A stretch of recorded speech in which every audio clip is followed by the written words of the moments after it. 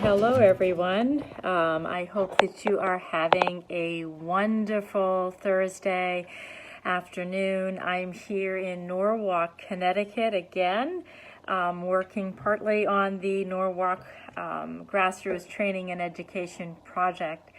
Today it is time to take some of your questions and answers, and I'm actually just checking my Facebook to see if I see any questions or answers coming through.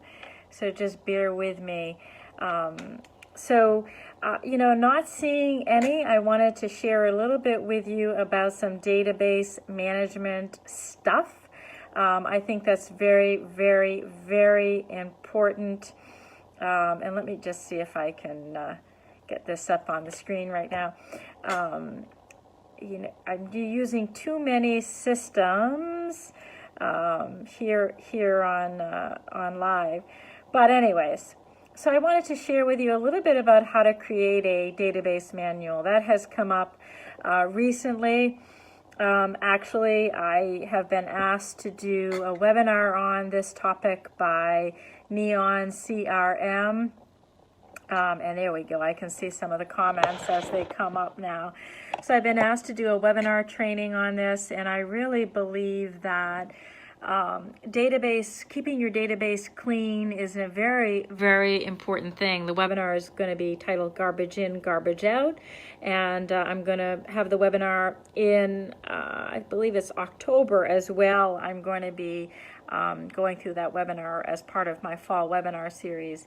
But one of the things that I notice a lot of when I go into nonprofit organizations is that the structure of the database itself, not even just the data that's going into the database, but the structure of the database is faulty, meaning that things like campaigns, funds and appeals, they're all over the place. So folks are really not structuring those right. So sometimes I see campaigns named after the fall annual campaign.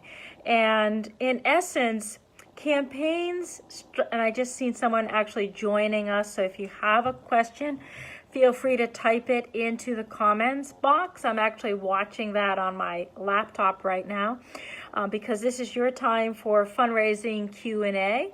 But I'm talking about database structures and cleanliness because a lot of what I see is very, very unclean and very unstructured databases. So funds, campaigns, and appeals are really, some people will send me, well, we have duplicates in our database and we have too many codes. And I even go back further and say, what does that internal structure of your database look like? I see far too often folks will call campaigns fall campaign. And really, when it comes to a database, campaigns are more like capital campaign, endowment campaign, your annual campaign. That's what a campaign, in my estimation, should look like. Then you have funds. People go, well, we have the music fund and the, whatever fund. That's great, but I consider funds unrestricted fund or restricted fund. And then sometimes I recommend to clients that you put the restriction in the notes category, because what ends up happening is some of these organizations you go into, they have a gazillion number of funds, gazillion number of campaigns, and really we need to keep everything simple. Then when we get to appeals, folks, that's where you put your Fall Appeal 2018. And then that's how I title them, Fall Appeal 2019. And you keep those things consistent and develop a manual around how you enter things into the database. Now, I recently crafted a manual for the Bloomerang folks, and they're using that manual as a giveaway. So if you're looking for it, either email me for the Data Consistency Standards Manual, or you can go on to the Bloomerang website and just see from there what it is that I'm offering. But basically, how you enter in salutations, how you enter in zip codes, postal codes, check with your post office and find the most efficient way to enter in a postal code. And that usually is with the 4-digit, I don't know what you call that, appendix after the main 5-digit zip code for those of us who live in the United States. I would develop this procedures manual, this data consistency policy manual, whatever you want to call it, but you need to have standards when you begin entering in data into your database. So be sure that you look at getting that download from Bloomerang and starting to develop some kind of data consistency manual.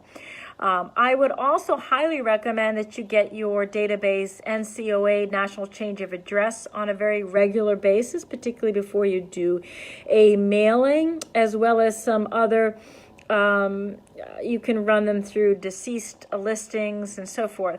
But certainly the NCOA is really mandatory, something that you should be doing anyways. And I also recommend that you also create some data cleanliness reports that you can use to run on a quarterly basis to check the cleanliness of your list, and also do duplicate reports, those kinds of things. But developing some data quality reports that allow you to do some spot checks on your data is very, very critical. So I hope that this little micro training, or actually was for questions and answers, has been helpful to you. But I think certainly making sure that you understand the difference when it comes into your database regarding campaigns, funds, and appeals, no matter how you enter the data in, if you start to not get that structure right, you're missing a very critical component. So think about how to structure your campaigns, funds, and appeals before you actually even enter them start to build that structure within your database. So folks, I will be back with you next week with another training, and I look forward to sharing with you as I get closer to being that American fundraiser in Australia again. Actually, I will be back in Australia on August the 4th. I fly out on the 2nd.